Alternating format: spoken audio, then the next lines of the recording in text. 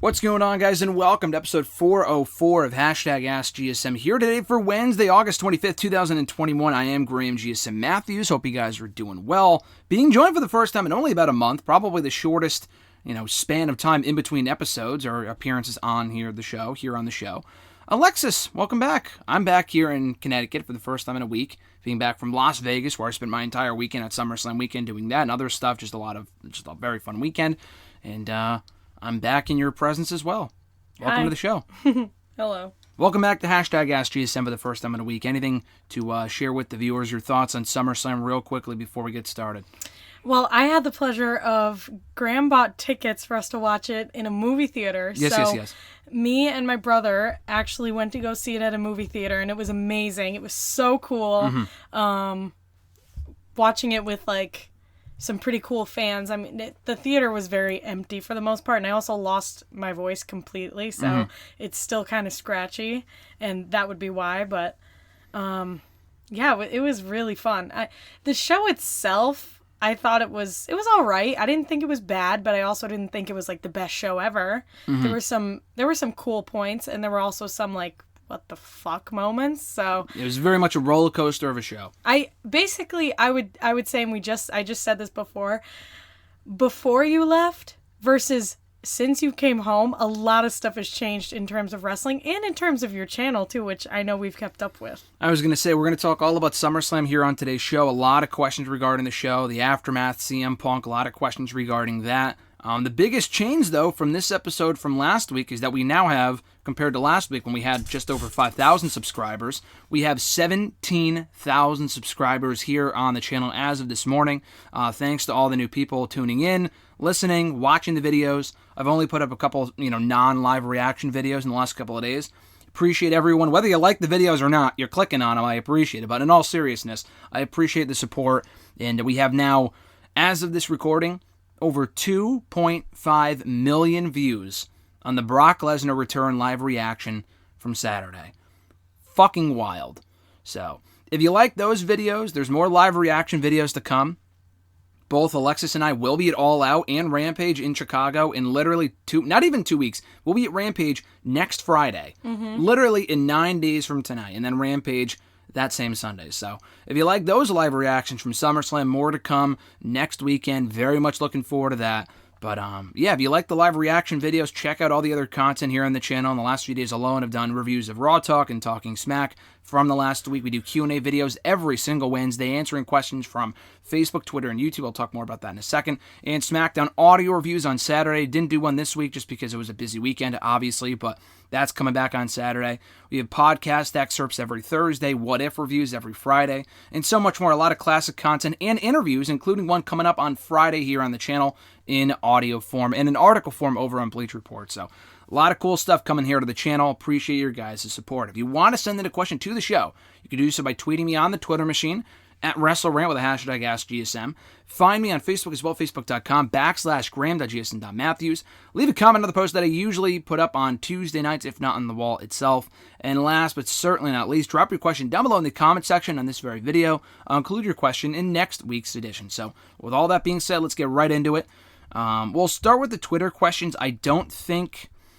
actually, while we're going here, before we even get started, let me just check YouTube because I didn't put the YouTube questions together. I don't think there were any YouTube questions from last week, but just to double check, because this is episode 404, so last week would have been 403.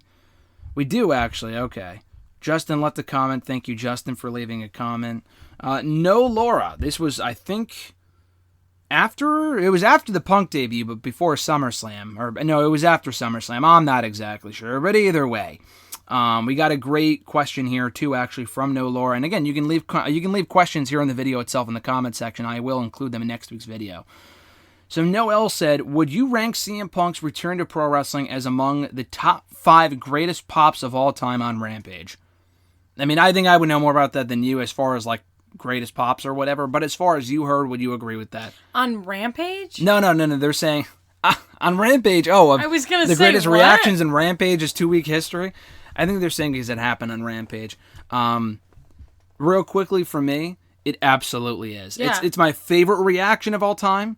Is it among the greatest pops subjectively, it absolutely is. Yeah, I agree. Objectively, it probably is as well. Guinness Book of World Records even put on the video, on AEW's video, maybe we should recognize this as among the loudest crowd reactions ever. That's literally what they put as a comment on the video. It would probably be number one easily. Like, I completely agree. I've seen Stone Cold Pops that are pretty loud, but... Out of everything that's happened in wrestling ever, this is definitely, like, one of the greatest, if not the greatest. It's monumental. It was a pretty amazing reaction. The fact that it has 5 million views, 4 million of those were me. So, I mean, that just tells you right there.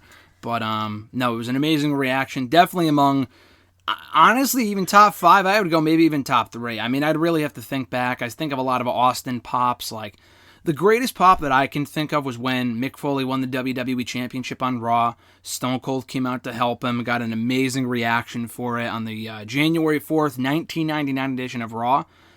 This is either rivaling that or has topped it. But I mean, the circumstances surrounding it to make it that much more special. How many times do you have a guy that we never thought would come back to wrestling, the caliber of CM Punk, that comes back 7 years later in Chicago, in his hometown, perfectly executed? That almost never happens, if ever.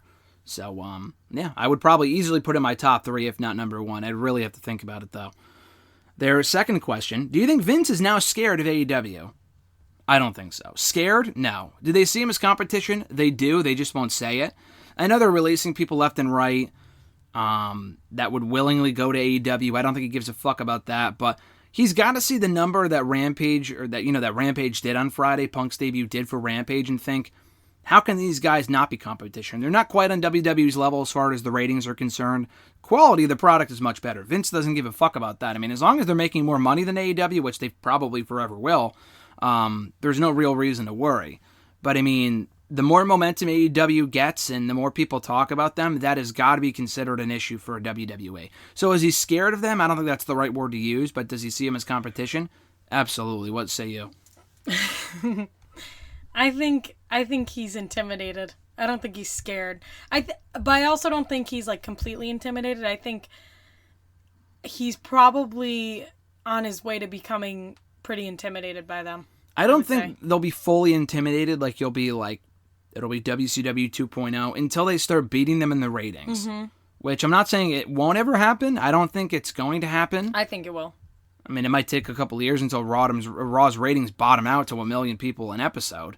And if AEW can maintain the momentum, too, that's another key. They either have to continue climbing, or they stay right where they're at, and Raw just gets worse to the point where AEW has them beat. I mean, which, at this point, what are they at, 1.5 million? They're higher than that now that they have crowds back. It's closer to like 2 million, but it's not much less than 2 million.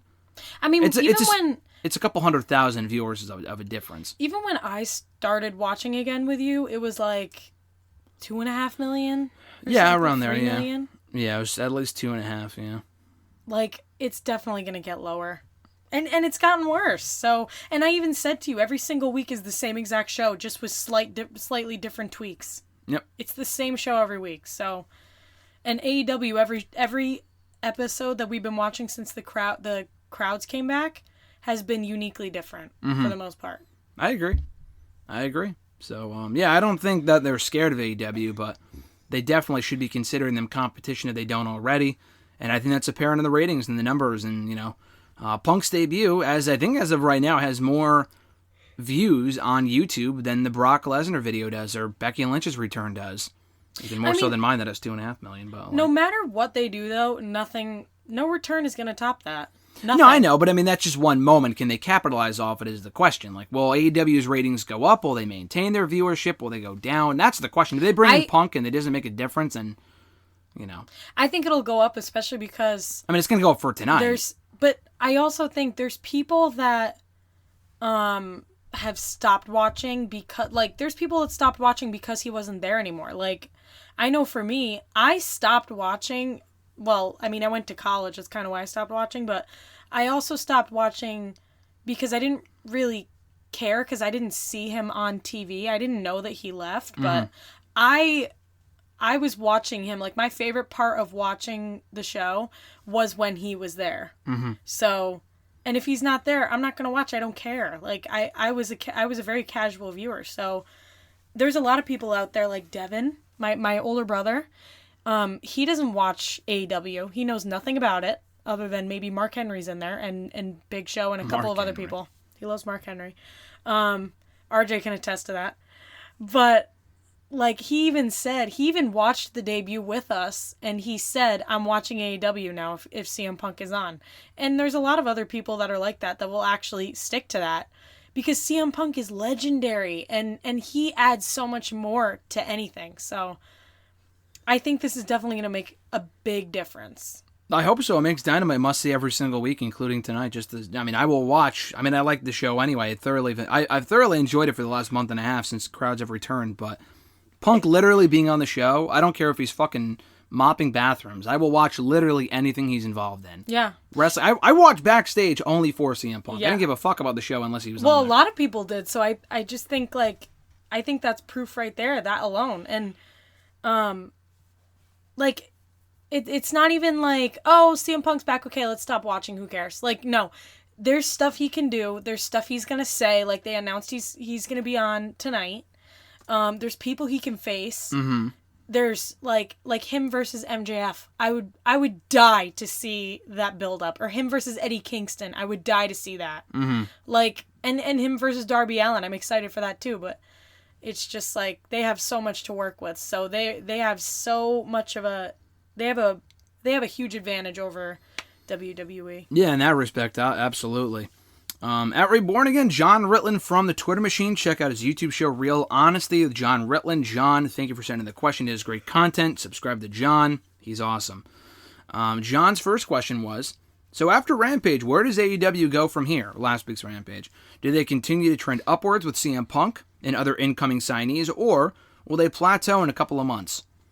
You kind of just talked about this. Yeah, I think it's going to continue to very slowly go up. I think after I would say after they settle into the show, and it'll probably take a couple of months, maybe even a year, I think they'll have a pretty solid fan base, and then they'll start to kind of plateau a little bit. I mean, they're going to plateau eventually. Yeah. They're not gonna have like 20 million viewers. Obviously, it's not the 90s, but they can't trend upwards forever. Obviously, no. But I like to think. I like to set my expectations low. I want to say, like, for Punk's debut, I was thinking it won't escape 800,000 viewers. I know it's CM Punk, but at the same time, the debut episode of Rampage, which they stacked, only got 700,000 views on a Friday night at 10 p.m. Eastern Time. So I'm thinking, okay, if that's going to be the case, then, I mean, it probably won't do much higher than that. The peak of the Punk debut on Rampage did 1.3 million people. Almost double. 500,000, almost double, 500,000 more people than I thought would be tuning in. So that's certainly saying something. And it ended up doing like an overall rating of 1.1 because people just kind of tuned out after that. I don't blame them. The rest of the show is fine. It wasn't anything great. But, yeah, so they're going to plateau at some point. I hate the idea of thinking about, like, when's the other shoe going to drop? They can't get much better forever, blah, blah, blah. My advice, and this goes for WWE too, because people would always say this with NXT, like, oh, when's the bubble going to burst and all this other shit. Just enjoy it while it lasts. I mean, this time period for wrestling specifically, but, more so for AEW, it's a very exciting time. There will never be another time, I don't think, where they're bringing in all of these people at the same time. Potentially an Adam Cole.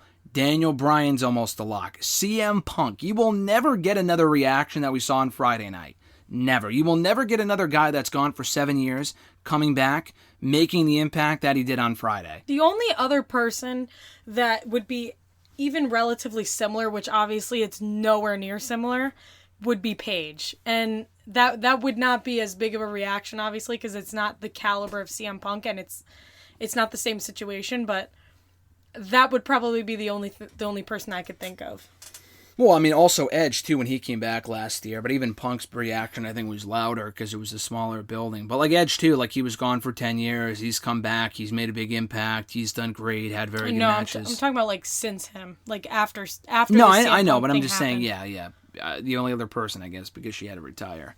But, yeah, I mean, obviously they're going to plateau at some point. I hate thinking about, like, oh, when are they going to, when's it going to barrel out? Like, when's it going to be, when are the good times going to stop? Because then when those times come and it's inevitable, they're thinking, oh, we should have enjoyed it while it lasted. So, to answer your question, though, I do give it a couple of months before I don't think it's going to be a higher rating every single week. I really don't. I think it's going to probably do, ideally, around 1 million viewers every week, which honestly, people talking about, oh, are they just, I don't see them growing and bringing back old fans or creating new fans. You gotta understand something. They may not be able to add many more new fans or bring back old fans, which I think is possible, first of all, for every reason that you just mentioned. A lot of people stopped watching after CM Punk. I can fucking attest to this. I cannot tell you how many people I know, are friends with, that I follow, that do not give a fuck about the current product. The shit that people like, the Alexa Bliss garbage, it's fucking terrible. The Karrion Kross bullshit, bringing him to Raw looking like a loser, is fucking terrible. I can tell you, people are so brainwashed by the WWE mentality of like, oh, I don't know why all these people are coming out of the woodwork all of a sudden defending the dumb decisions this company makes. And I love WWE, and it pains me to even shit on some of the stuff that they do, but currently, I have never seen a worse creative direction for Monday Night Raw than I have right now. Yeah. It's absolutely awful, and people are dropping like flies and just making a lot of dumb decisions. Even I used to enjoy watching the show. I mean, I still, like, I have a weird psychological love for Monday nights, but now I'm just like, I don't even want to watch it. I genuinely don't want to watch it. Like, it's boring. It's terrible. I even said to you the other day on Monday, it was the same show. It was the same show, number one. Number two, this is completely irrelevant to anything, but why on fucking earth would you throw away Johnny Nitro or John Morrison? I keep calling him. Oh my God. He's Johnny Nitro in my mind, okay? Everyone, leave me alone. Why would you throw away Johnny Nitro or John Morrison versus The Miz on an episode of Raw? Like, are you on crack? They do that stuff every week, though. They do that every week, so I'm not overly surprised. Like, even Marie and Doudrop, they're blowing that off next week, or knowing them, they'll probably do a DQ and then build to you're moving around over there, so hence all the noise. Can you not move around as much and make it more noise?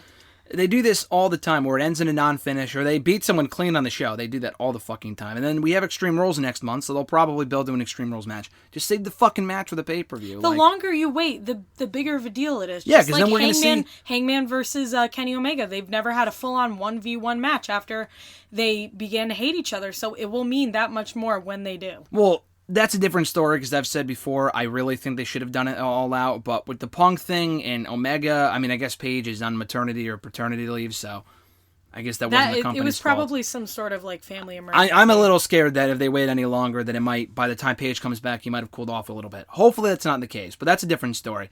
With stuff like this, though, with WWE, they need to fill 3 hours, so they do the same matches, as opposed to waiting until the pay-per-view to do it. We're going to get it next week. We'll get it the week after that, and then come the pay-per-view, no one will fucking care. No one will give a shit. Yeah, you're right. Because they do it 5 times in the span of a month. You're right. This is what they're gonna do. They're gonna have regular dumb matches, and then by the time Extreme Rules happens, they're gonna have some big Extreme Rules match, because it'll be like their third match. And I'd love to say it will be their final match, but it absolutely won't. They'll drag it on until the next pay-per-view. That's what I'm saying. This is how they kill feuds. I mean, if you want to have someone win a match, the other person win a match, and you build to a rubber match at the pay-per-view, I mean, that's logical booking, but this company doesn't do that. They'll do DQs. They'll do countouts. The matches will be a minute. They'll be awfully booked. No one benefits. No one gives a fuck.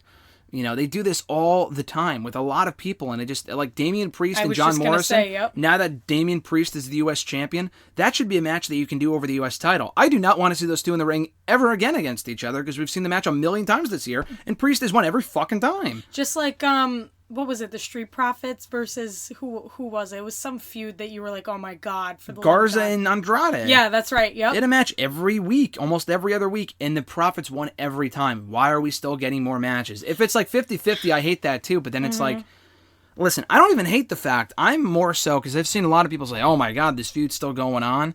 Like, if the feud is well booked, I don't mind a 6-month feud. If you drag it on and you don't do 1,000,000 matches, but it has to make sense. For example, I'm not the biggest fan of the feud, but they spaced it out well. It's been going on for literally almost a year now. Jericho and MJF has literally been going on since September of last year. I don't love every portion of the feud or the storyline they're telling, but they haven't done 1,000,000 matches. They've had literally 2 matches against each other. But they've also made it interesting with the whole the 5 labors of That's what I'm saying. They're doing something different. Yeah. Whereas even in WWE they do some great stuff. They don't do 1,000,000 matches. With Roman Reigns, they haven't had him face anyone more than a time or two. Like him and Cesaro, they did 1. Or They did him and Daniel Bryan feuded for like 2 or 3 months, or him and Edge multiple times.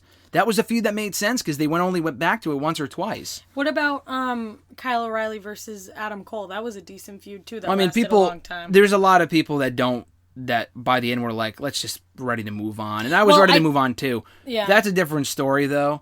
That is a case though where an example of that was a 6-month-long feud. The way they structured it though was perfect. Because, aside from the fact they had an unsanctioned match to start the show, which was fucking stupid.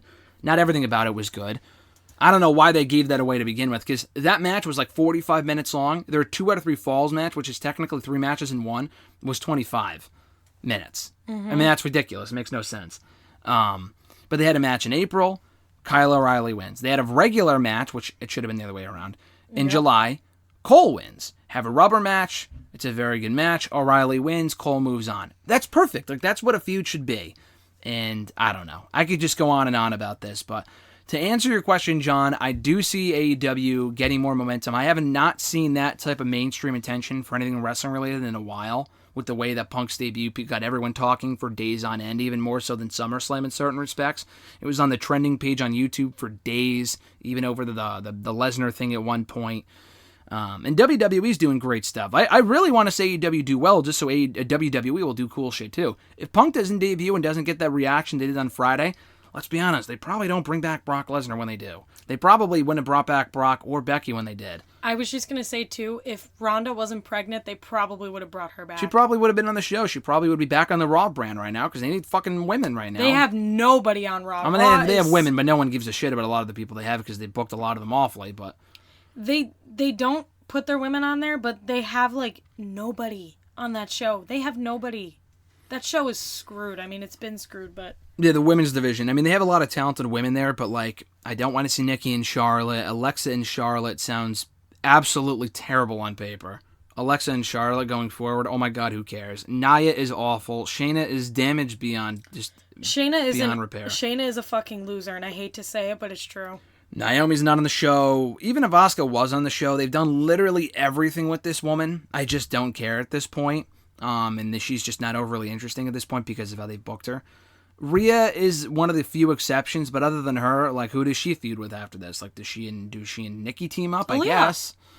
Good God. God save us all. God save us all. Next question as we move along here. The whole Bianca Belair versus Becky Lynch thing, this was John asking this, by the way, didn't go over well, to say the least. The question is, can WWE salvage this, or did this one moment torpedo all of Bianca's momentum for no reason? I feel like we're going to have different answers on this. Do you want to go first, or do you want me to go first? I'll go first. I think she's done. I don't usually say that, but considering how that went, I think what's going to happen is Becky's going to try to turn heel, since that was apparently her heel turn, which was terrible, by the way. But I think the fans are not going to allow her to turn heel, and they're going to like her so much. They're going to be so happy that she's back. Oh, wait, Bianca who? No one's going to care about Bianca. I'm telling you right now, that's what's going to happen. It's going to be Becky versus Sasha over and over and over again for months on end, which is probably going to be the case. And then maybe you'll throw in, like, maybe Toni Storm. But they don't even care about Toni Storm. She's probably one of the most talented women they have there right now. We'll see. I don't think she's been on the show because she wasn't involved in SummerSlam plans. But then why call her up to begin with when they did? Why not just wait? And, like, they have, like, Tegan Nox. Another fantastic wrestler. They're at least on the show, though. Yeah, at least she's on the show, but I'm saying, like, I don't know. I think Bianca's done. I'm sorry. I think she's done. She's probably going to... Honestly, if she went to Raw, I wouldn't be mad at it, but then, obviously you have to worry about the Street Profits, but I think she's done on SmackDown, so I don't know. I don't have very high hopes for her career on SmackDown, at least. I think she'll be fine. I think she can bounce back. I'm not defending what they did on Sunday, which a lot of people did. Again, the people making the fucking mistakes, making the excuses. Yeah, I'm telling you right now. Nothing to come back from. She can bounce back. I'm not going to say she's ruined, finished, or done. Obviously, that's your initial thought when you see something like that. Like, yo, she's done. But, like, realistically, I don't think she is. I think she'll be fine. She's talented enough. She's over enough. Could this be the moment where this was the peak of her push, and we, like a Ryback type thing where it's Or all Kofi. downhill from here. I mean, Kofi at least is, He's it's a little Kofi, different. but after He was never back in the WWE title picture. Yeah. It's different with the women, though. They have like 6 women on a show. It's a little different with the women compared to the men. Could it be that her downfall? It could be. I'm not saying it won't. I'm saying I think it's a lot more likely she can bounce back. She's over enough. She's good enough. They see her as a star. They put her in the main event for a reason of WrestleMania.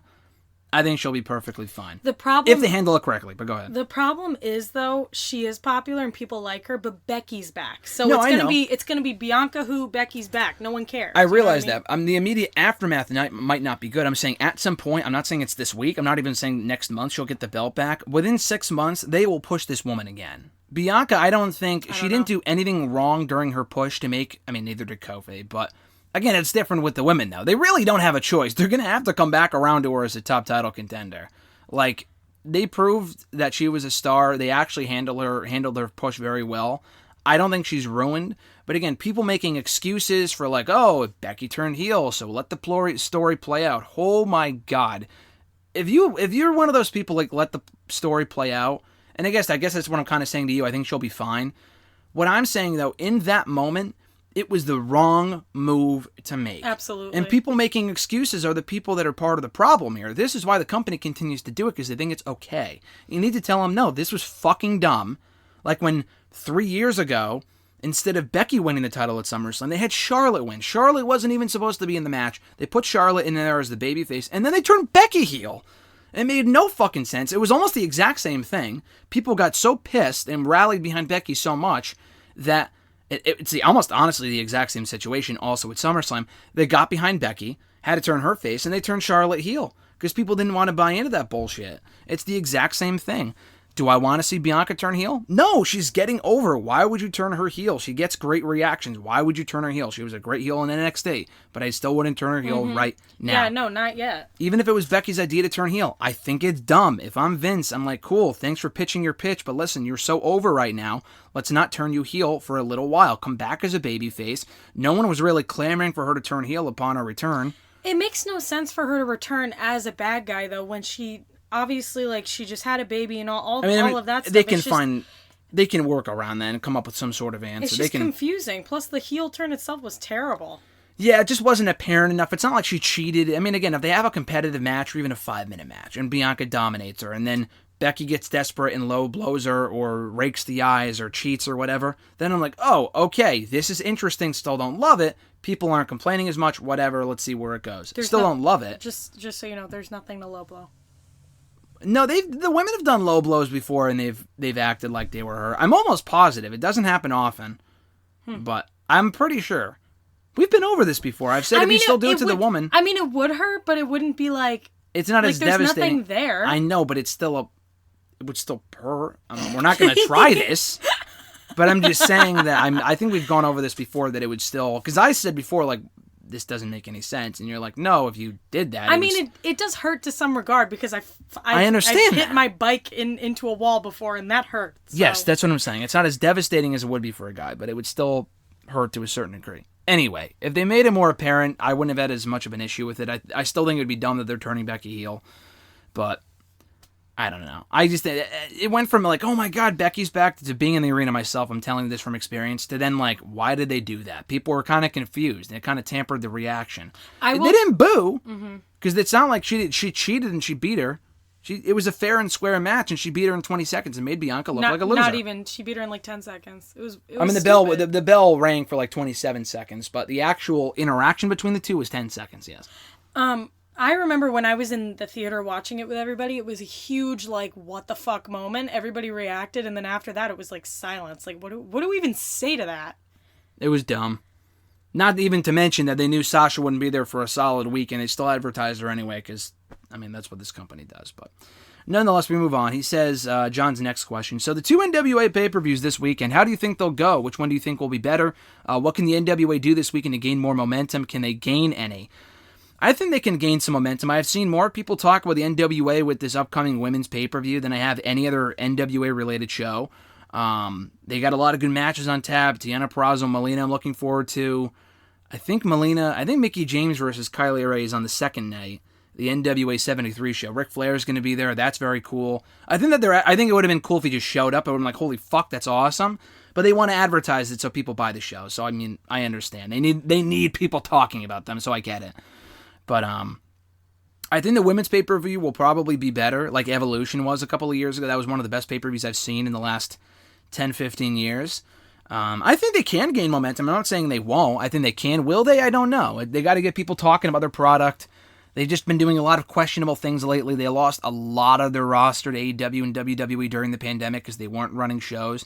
They lost Barrett. They lost Ricky Starks, Eddie Kingston, among many other people. So Riziki Dice being another one. They need that momentum. Will that change this weekend? I don't know. I will be watching both shows. I think of the shows, I'm looking forward to the women's one more. The NWA men's card has potential. James Storm is in action. He's coming back to the NWA on Sunday. He's facing, I think, Chris Adonis, actually. He's facing the former Chris Masters in a match, I think, for the national championship. So, yeah, I'm looking forward to this weekend. Yeah, you don't have any other thoughts on the NWA thing, do you? I'm excited for the women's one. Yeah, the women's one looks very interesting. I have faith that they'll do it right. Mickey James being a producer gives me a lot of faith that it's going to be a good show. Supersonic X 1991. It's new_in_co 1991. He just changed his username. His Twitter question was, your thoughts on Charlotte Flair facing Alexa Bliss? I said that the Raw Women's Division is dead in the water with Asuka out for unknown reasons and Becky Lynch now the SmackDown Women's Champion. I think the Raw Women's Champion Women's Division, is broken beyond repair.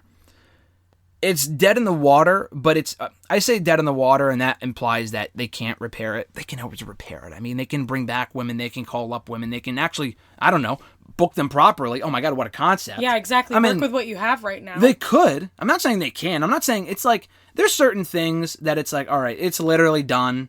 Let's stop pretending that it's anything but. Like Shayna. I mean, could they? She, to me, is dead in the water. To me, I think she's done for. I would love for them to prove me wrong, or like 205 Live is dead in the water. I'm begging them to prove me wrong. Yeah, I will say, but there's certain things I'm like, dude, why are we pretending that, like, this is going anywhere? It's done. They buried it. It's fucking finished. There's no rebounding from this. I do think with the Raw Women's Division, they can bring more women in. They could do something exciting. They could. We know that they can. I mean, obviously, they could do whatever they want.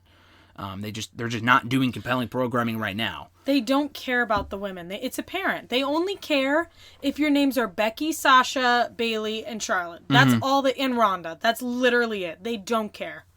They don't. They don't even prioritize Bianca. I'm convinced of that. Well, they did for a while. They did, but that's because guess who wasn't there? Because Becky wasn't there. So okay, but she beat Bayley for a while. She did. Yes, I understand that. They booked her very well. They did book her fairly well. People calling her title reign underwhelming is subjective, and I get that. But at the same time, she was booked strong, and she won all of her matches. And guess what? She got over because of it. Oh my God, like, what a shocker. You actually book someone to win consistently, and they get over. This company is, like, so toxic. They'll push someone for a year or 2 years, and it's actually, like, a really cool person, like Drew, when they push Drew. And now he's a top guy, or Bobby. Like, that's fucking awesome. But they don't do it for everybody. They need to do it for everybody. No, they it's need like to one. Push everyone. It's like one. Well, you can't push everybody. But the thing is that you can do cooler things. When I say push, I mean, like, you can make everybody important. You can give everyone. Yeah, like meaning. in AEW, like, for the most part. Not everyone in AEW is important, but AEW does it for pretty much all the right people. Like, everybody has their own place on the show, and for the most part, it makes sense. Like NXT, when NXT was great a couple of years ago, like, everybody had importance. They had their own spot on the show, and it made perfect sense. Raw, who do I care about on Raw? Bobby. And, like, 3 other people. Rhea, exactly. And Shayna, but Shayna is a loser. She's a loser. That's it. Loser. And when Bray Wyatt was there, but we all know what happened to him. So, speaking of Bray Wyatt, Alexa Bliss, Charlotte, thoughts on that feud? He asks. Dog shit. Terrible. Absolute Who dog cares? shit. I'm telling you, I can't even. The even race shit at SummerSlam was awful, by the way. I physically cannot even listen to Alexa Bliss's music without getting instantly pissed off. Like, that is just a terrible example. The character, she plays the role well, but the character itself is terrible. I'm sorry. The whole supernatural bullshit, Lily is garbage. It's just... This is what happens. This is a prime example of when you take someone who is a complete, like, could have been the next Undertaker. Like, could have been the next major wrestling star. He has such potential, Bray Wyatt. But you took him and his brilliant mind and his brilliant ideas that were years in the making, by the way. Like, we're talking not even since 2019. Before that, like, after he's been gone for years, he's been thinking of this character while he was out. They took that character and tossed it in the trash and took a giant shit on it. Like, and they made it like a kid-friendly thing. It is a utter joke. Like, give up at this point. Give Alexa Bliss her own supernatural character and have her work with that instead of stealing something that you could have just kept on the show if you didn't fire him. So that's all I have to say about that. That's one of those things where it's another thing where I don't think there's anything they could do with this character to repair it. I think they just got to let it go. They have to. It's one of those things that's dead in the water. I feel like the character is just... He's gone at this point. Let the original guy of the idea, just let it go. I agree. Their second question, what are your thoughts on CM Punk's return to wrestling and his debut in AEW? Do you think his return may have sparked fans' enjoyment of wrestling again? We already talked about this. We'll keep it short, but yes. Absolutely. Perfect debut.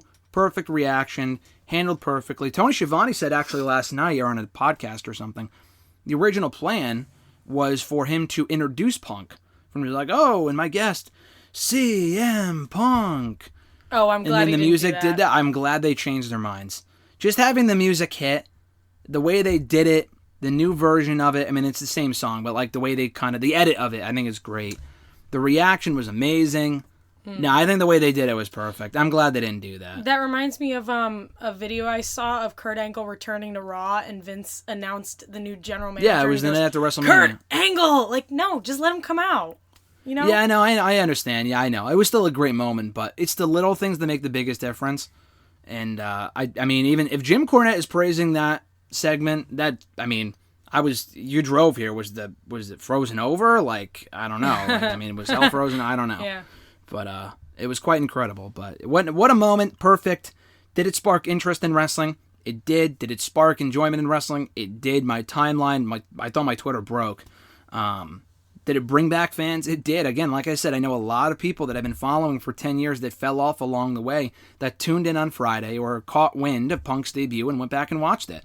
Absolutely incredible. So the question now, like John said earlier, can they capitalize off of it and keep those fans? I don't know.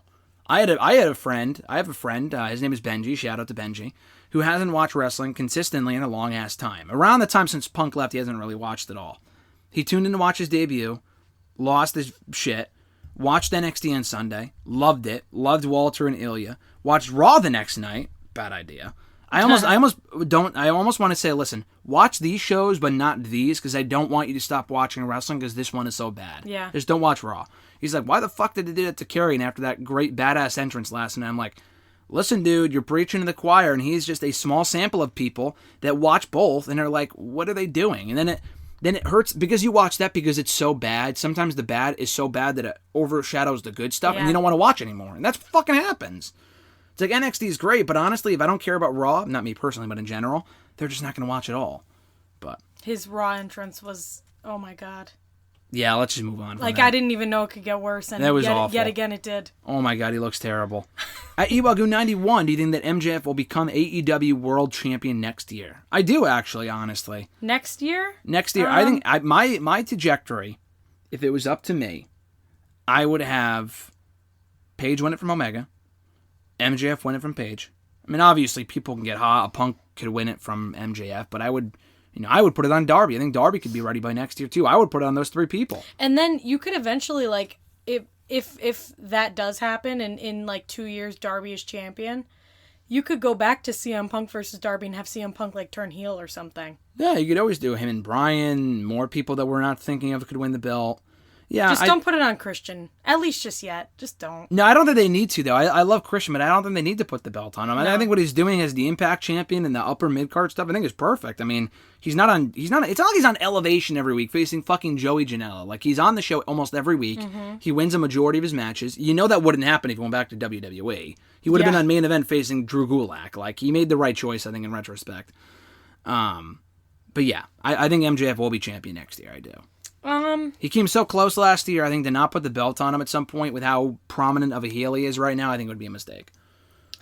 Are we talking like by the end of 2022 or in exactly the span of a year? No, he said next year, so December 31st, 2022. I would say towards the end of 2022, I could see that. Okay. Just I could not see it in the anytime latter soon. half. No, not anytime soon, but I think after Paige hopefully gets it at some point, gets a decent run, MJF beats him for it, that's what I would do. Yeah. What are your dream matches, they ask, for dream AEW matches for CM Punk and Bryan Danielson, Daniel Bryan? I mean, you mentioned it earlier, but Darby and Punk is going to be cool. Punk and MJF as a dream match? Cool. Dream promo? Yes. Oh my God, yes. Punk and Eddie Kingston? I just want to sit in the ring and have them shit talk me for 20 minutes. Like, that's just what I want with Punk and Eddie Kingston. I completely agree. Those are the first people I can think of. I think Punk and Omega, Bryan and Omega would be cool.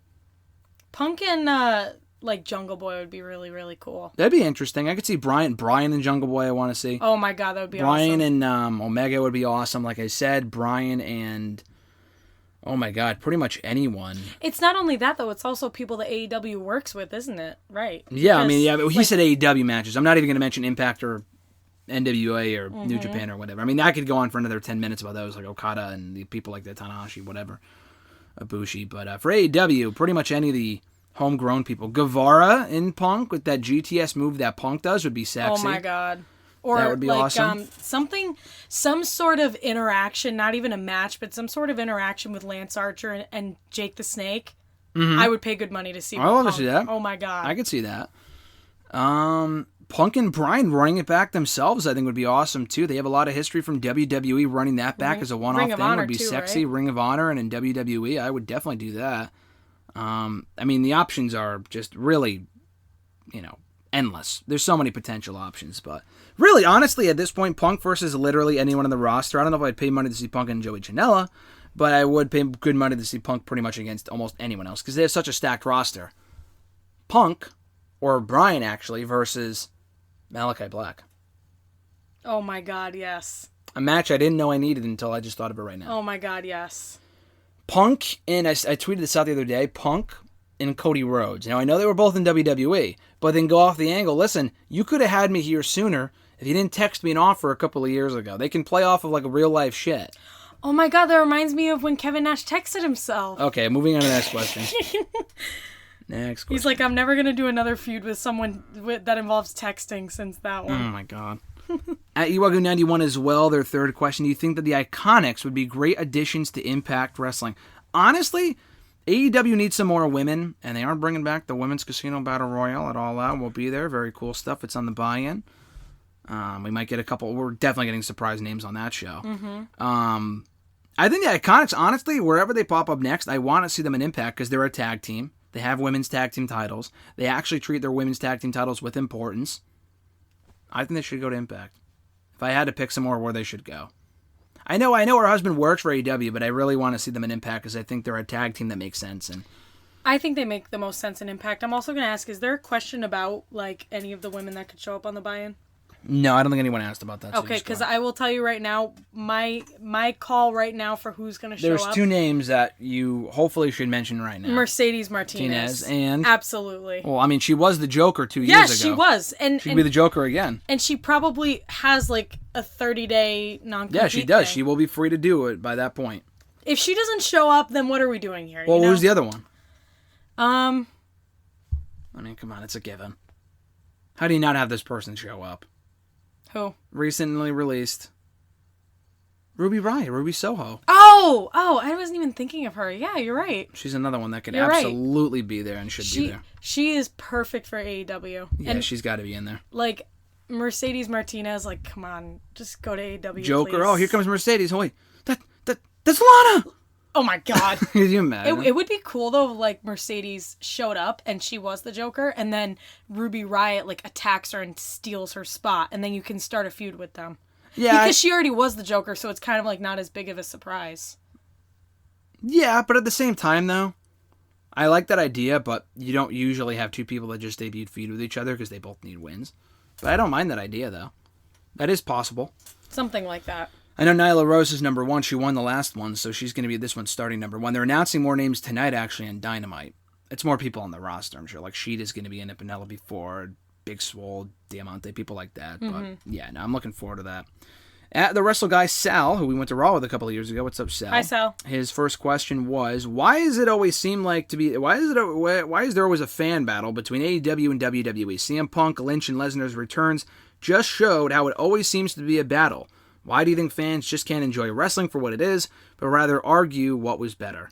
Because that's what people like to do. It's this mentality. They like to put on their AEW hat or their WWE hat and argue this is the best company. Listen, creatively, I think AEW is killing it right now, but there's a lot of cool stuff that WWE is doing too. I thoroughly enjoyed. I'm honestly in the minority of people that actually enjoyed SummerSlam. I'm biased because I was there, but I really did think it was a decent show. AEW is doing cool stuff. Let's just enjoy wrestling, but it's the same thing with sports. Sports fans do that with different teams. AEW and WWE, people like to latch on and to their favorite company and not watch. If you don't want to watch the other one, that makes sense, but like, I don't know. Who gives a fuck? That's just the nature of wrestling. That's not anything new. I think what's important is for wrestling fans to admit when something needs fixing. Yeah, that's the key, yeah. Yeah, like for example, like I probably like AEW right now more than WWE. Well, I mean, so do I, yeah. But that being said, like, I've always said this, they need to stop with all the fucking factions. Like, every wrestler is aligned with at least 5 people. They need to stop that. Like, you need to acknowledge when something needs to be changed or fixed, and then you can acknowledge when something was fantastic. Like, for example, I hated how they just killed Brock Lesnar constantly. Like, here's Brock Lesnar shoving it in your face. I could not be happier that he's back. I'm so excited that he's back. I love Roman Reigns. I love what they're doing with him.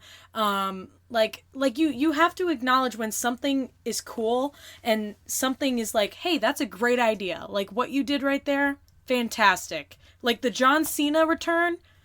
Oh my God, that was one of my favorite moments of the year. It was fantastic. Wow. Edge winning the Rumble, I thought was a very smart move. So you need to acknowledge when things are good and just keep all the hate towards the big companies. I mean, like, why are we wasting time, like, kind of feuding with each other? Just feud with the company. Oh my God. Well, I mean, it's the same thing. Hate on the company. Hate on them for doing something dumb. AEW does some dumb stuff too. I really don't. There's some decent stuff that I don't like on the show either. Like, for example, the whole Hangman thing, but obviously there's probably some sort of, like, private issue that's going on with him. So, because I have faith in them. The difference is between AEW and WWE, I have faith that they're going to do the right thing eventually.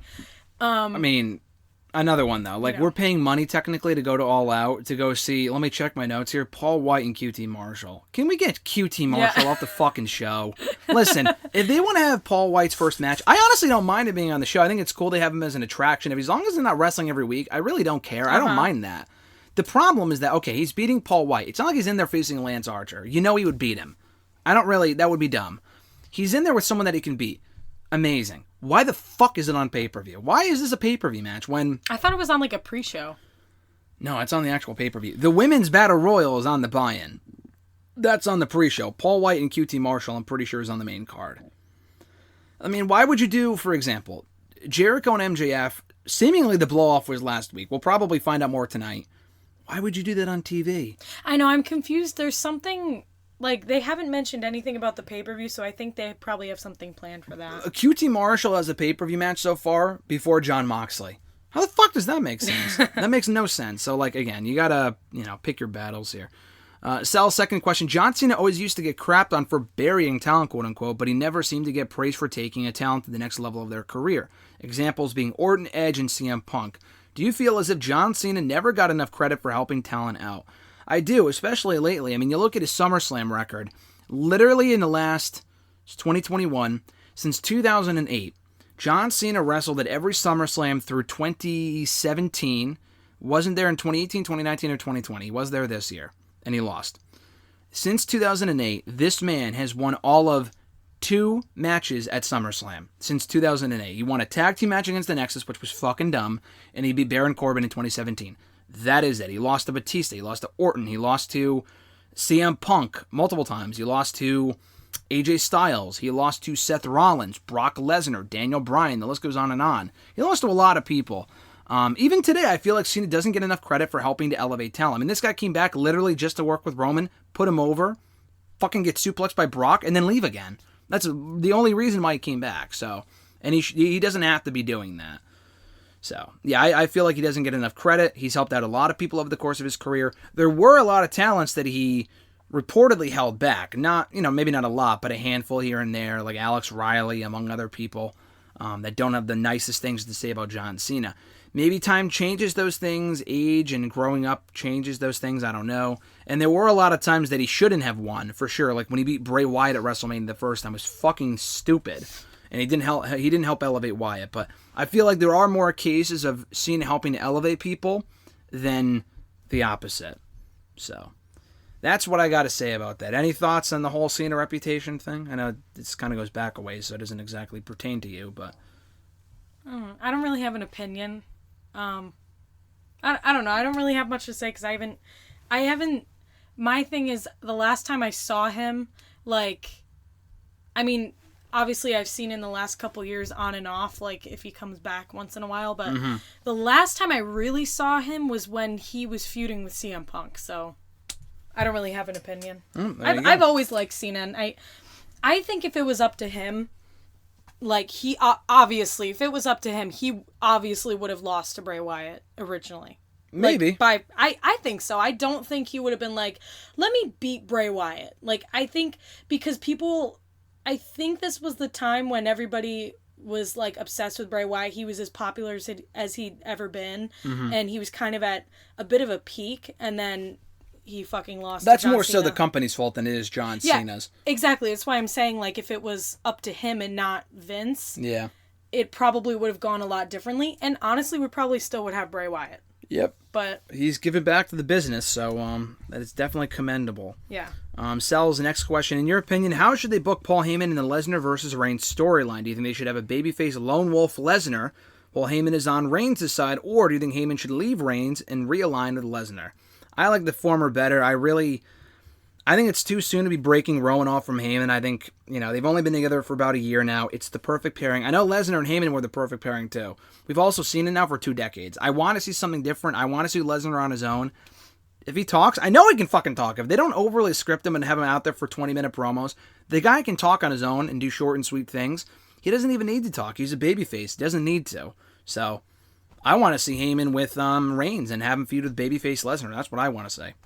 I completely agree. I also think there's so many things they could do with that.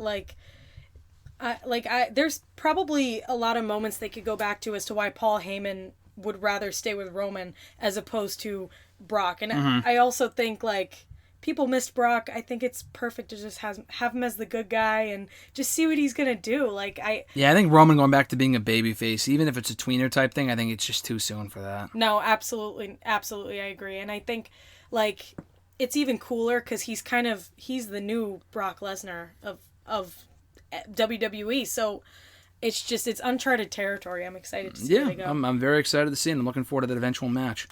Speed round of the last couple of questions here as we wind down. RJ_Marceau, our brother RJ. Mr. Marceau. What's up, RJ? His question was, and he's a big fan of her, so obviously he's going to ask this question. How big of a get is Kaylee Ray to NXT? Very big get. He's a big Kaylee Ray fan. Love her in the women's division. Loved her showing up on Sunday. She had a good showing last night against her opponent. She slaughtered her. Oh, my God. I'm a Kaylee Ray fan. She's the longest reigning NXT UK women's champion of all time. The longest women's champion of any kind in WWE's history, aside from the fucking fabulous Moolah. But aside from her, she's the longest reign. So, they should definitely advertise her as such. They just keep saying she's the longest reigning NXT UK women's champion. She's the longest reigning, WWE women's champion. Obviously, we're going to ignore the fabulous Moolah because she's a bitch. Yeah, fuck her.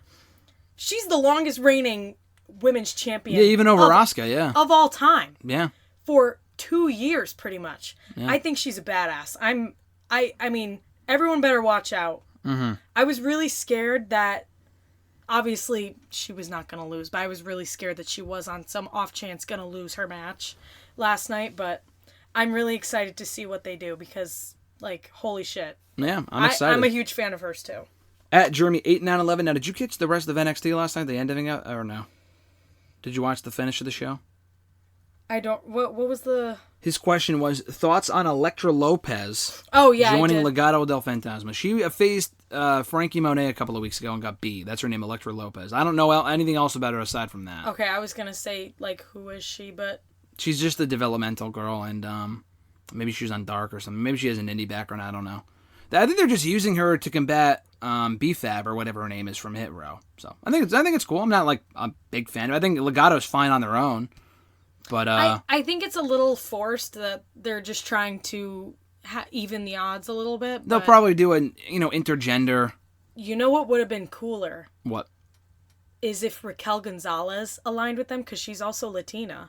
Yeah, but I don't think she needs them and vice versa. She doesn't need them, but if she was a bad guy and if she wasn't the women's champion and she wasn't really doing anything... If she had a lesser role, then I could see that. That would have been cool. Yeah, she's a bigger name. This girl Elektra we know absolutely nothing about. Like, even pre-WWE, I know absolutely nothing about her, so... They'll probably do an 8-woman, an 8-person tag team match, have Legato win... and then build to the eventual Isaiah Swerve Scott and Santos Escobar match. Jeremy's second question. After losing the UK title, what do you think Walter does next? And he spelled next NXT. I think he should go to NXT. Will he? I don't know, but I think he's done all he can in NXT UK. I think he should go to NXT. I was kind of assuming that's what was going to happen. Not the main roster, I'll tell you that much. To the UK. Ilya's not, he's the Obviously, champion. Yeah. So, I think Walter should come to NXT. Maybe not every week, but as like their version of Brock Lesnar. Fuck yeah. I was gonna say I think that's perfect. And if their new vision, I was gonna say if their new vision of NXT doesn't have Walter in it, and he's literally the poster child of what they're saying, aside from the fact that they want to create their own stars, like. Then fucking fire him at that point. Then what are you doing with him? He's a big guy. He's a monster. He's a fantastic wrestler. He has never had a bad match since he's been here. Ever. I've never seen the guy have a bad match. And that's coming from somebody that knows nothing about sports. So that's saying something. Mm-hmm. He should go to NXT. Yeah, he should definitely go to NXT. At Jeremy 8911, his third question. Do you see Bray Wyatt ending up in AEW when his no-compete clause ends? Yes, because guess what? Guess when it ends. Do I expect it? I think I expect it. I want to see it. I don't know if I expect it per se. They're bringing a lot of people, but if I had to take a gun to head, yes or no, will he go to AEW? I think the answer is yes.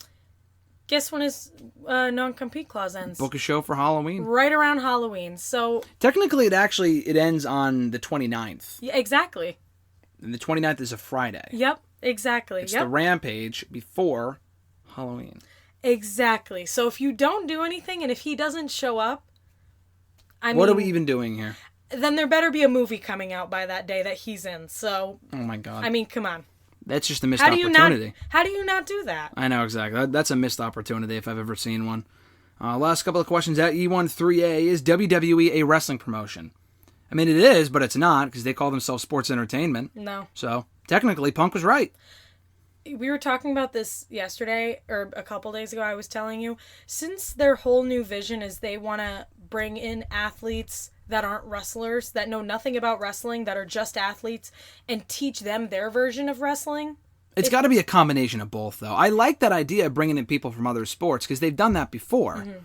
But it has to be both, though. You have to bring... What's the fuck of even having the independent scene if you're not grooming these people to bring them into your company? That's what I'm saying. Like, if all you bring in, though, is people who know nothing about wrestling, that aren't real wrestlers, that don't know how to really go, then it's not a wrestling company anymore. You're just pretending it's a wrestling company because you're teaching them how to pretend to wrestle. You know what I mean? Like, well, that's like taking a baseball player and having them play football. Yeah. It's a totally different thing. Then they're not a football player. They're a baseball player. The mindset doesn't even make any sense. They're like, oh, we need to find stars from outside of the business. And that's cute and all, and I think they should do more of that. Like, Bray and Braun are WWE guys, and they let both of them go. But, like, Odyssey Jones, I mean, he's a football player. He's a massive dude. Carmelo Hayes won the breakout tournament last night, which is cool. I was surprised he won. And I was very happy he won. Odyssey Jones, though, has a lot of potential. I think he can be a star for them, and he's a former football player. You can't have everyone be like that, though, because then who the fuck are those green people going to work with? I was saying this yesterday to you. If they had this mentality like 10, 20 years ago, they wouldn't have had the likes of Daniel Bryan, Seth Rollins, AJ Styles, Bobby Lashley, Seth Rollins, like Kevin Owens, Samoa Joe, CM Punk. Not that they even wanted him in the first Balor, place. I mean, Finn Balor, Aleister Black before they let him go. Like Adam Cole, literally any of the Undisputed Era, though. To be honest, I don't know about Bobby Fish, but no, he was in Ring of Honor. Like, you can't call yourself a wrestling company and not have legit wrestlers. You need real wrestlers in there to combat the people who, like, and this is going off topic a little bit, but it doesn't make sense to me that they would fire Bray Wyatt or Braun Strowman. I don't like Braun Strowman, really. Bray Wyatt always has been my number one favorite wrestler ever, since I ever even knew company was a thing. And I'm so disappointed. They sit there and say, we're hiring bigger guys, and we need people who are going to make us money. We need people who fans are attracted to, and we need people that we're going to mold into our own performers. Yeah. I'm sorry, but Bray Wyatt literally fits all 4 of those categories. So why on earth would you fire him? Yeah. Who knows? Makes no sense. No. He's the prototypical WWE superstar, and he couldn't cut it because of their own bad booking, so it makes absolutely no sense. Last 2 questions. Have you heard about Cross's new attire being meant for marketability? Yes. Did you see that? I heard about that. I don't agree with Everything that and everyone must be marketable. Toy, shirts, imaging, and accessories. You need to stand out, and this is how they sell. I will say one thing to that. Like, it makes no sense to me. And I already know what you're probably going to say, but it makes no sense to me that we would have this guy come out with the most killer entrance ever, like, most badass with his girlfriend Scarlett. He has the smoke, the fog, the lights, like this badass look, the whole hourglass TikTok thing. You have him come out to that, right? On NXT, you established that he's a badass. He's the Brock Lesnar of NXT. You have him come out like that, right? And he debuts on Raw. Why did we strip all of that away? That is what was marketable about him. All of that, you just took all of that away. Now he's generic and he looks like nothing because of what they did. Yep. And then they insist on, instead of just giving him back like his regular entrance and his regular mystique and stuff, and his girlfriend for the entrance too, and just for the character, they give him a Retribution looking mask that honestly, like, I can't even... I mean, if you want to make it marketable, I get it to a certain extent, but the thing is that what they do with people to make them marketable is fucking dumb. It looks stupid. It's not even cool. If you gave him something cool, I'd be like, oh, okay, like Demolition used something similar, it was cool for them. For him, he looks like a goof. He looks like a crocodile leather purse. Like, he looks stupid. He looks ridiculous. And, like, the straps, the suspenders were breaking during the match. You could tell he didn't want to I don't know. Just why don't you give him a cool t-shirt? Kevin Owens, if you look at the guy, there's absolutely nothing marketable about him. But because he's a great wrestler and people like him, they'll buy his t-shirt. You could sell t-shirts with Kevin Owens on them. You could sell action figures that have Kevin Owens. Same with Bobby Lashley, though. There's nothing really marketable about him. Like, no, he just looks like a toy, though. But so is Karrion Kross. He's not like this 5'4" weakling. They could have just kept his exact character, and that's what's unique about him. Yep. No one else has an entrance like that. No one else has a mystique about them like that. And you just keep him as is. But instead, they stripped him of nothing, and then they accused him of not being marketable. It's fucking dumb. It makes absolutely no sense. Last question, how long will Samoa Joe be NXT champion? Also from Matt E13A. It's hard to say. I mean, he just won the title. Let's enjoy it while it lasts. But I don't think he's going to be like a 9-month-long reigning champion. He'll probably beat Pete, beat Johnny at some point. Maybe lose the belt to Kyle or Walter. I give it about 6 months. I'd say maybe until like early 2022. I think it's either going to last very short, or because of the tumultuous history of the NXT Championship in the last year or two. Oh my God, yeah. I would say it's either going to be really short and somebody's going to win it, and then they're going to have a really long reign, or he's going to have a pretty long reign, just to kind of erase all the weird stuff that's gone on with the championship. I think they kind of just need a little bit of a reset. Yeah, we'll see. I could see him being the champion for a little bit, maybe even longer than the first time he held it, which was only 4 months. So I see him holding it for the rest of the year, though, probably until early 2022, if not Mania weekend. Maybe not a year, but, around there. I think that sounds right. Yeah, especially at his age, he might not be able to go for like a full-on year as champion anyway, but we shall soon see. So that's going to do it for episode 30, or rather 404 of #AskGSM here today. Alexis, thank you for joining. We had a great time. Oh, thanks. I was going to say, I was your opening to say something if you'd like. Oh, okay, yeah. And thanks. Alexis also updated me on every milestone that I hit here with the channel. Like, you're at 17,000, you're at 15,000, you're at 10K, blah, blah, blah, 2 million hits. So, appreciate you for that. I am finally back home after a week in Vegas, so a very fun time. But yeah, if you guys want to send in questions to the show, you can do so by tweeting me on the Twitter machine at WrestleRant with the hashtag AskGSM. Find me on Facebook as well, facebook.com/Graham.GSM.Matthews. Leave a comment on the post that I usually put up on Tuesday nights, if not on the wall itself. And last but certainly not least, drop your question down below in the comment section on this very video. I'll include your question in next week's edition. So, for all the new listeners, I appreciate you. Thank you for checking the show. If you've listened this far, thanks so much. For all the returning listeners, love you guys. Thank you so much for your support. And yeah, if you're a new subscriber from the last week, check out all the other cool content that we do here on the channel. And this video, with just me, Alexis made a special appearance, airs every single Wednesday here on the channel. So be sure to check it out. Have an awesome one, guys. For Alexis, I'm Graham GSM Matthews, and we'll catch your ass down the road. Bye.